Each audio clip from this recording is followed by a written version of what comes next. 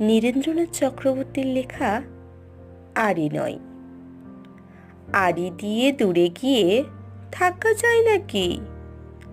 তাই ফের কাছে এসে হাতে হাত রাখি।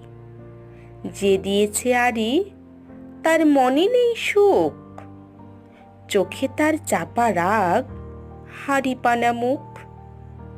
আড়ি দিলে আকাশটা মেঘে ঢেকে যায়, আর তাতে বিদ্যুৎ খুব চমকায়।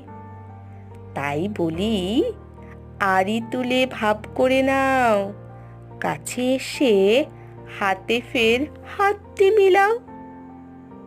ধন্যবাদ।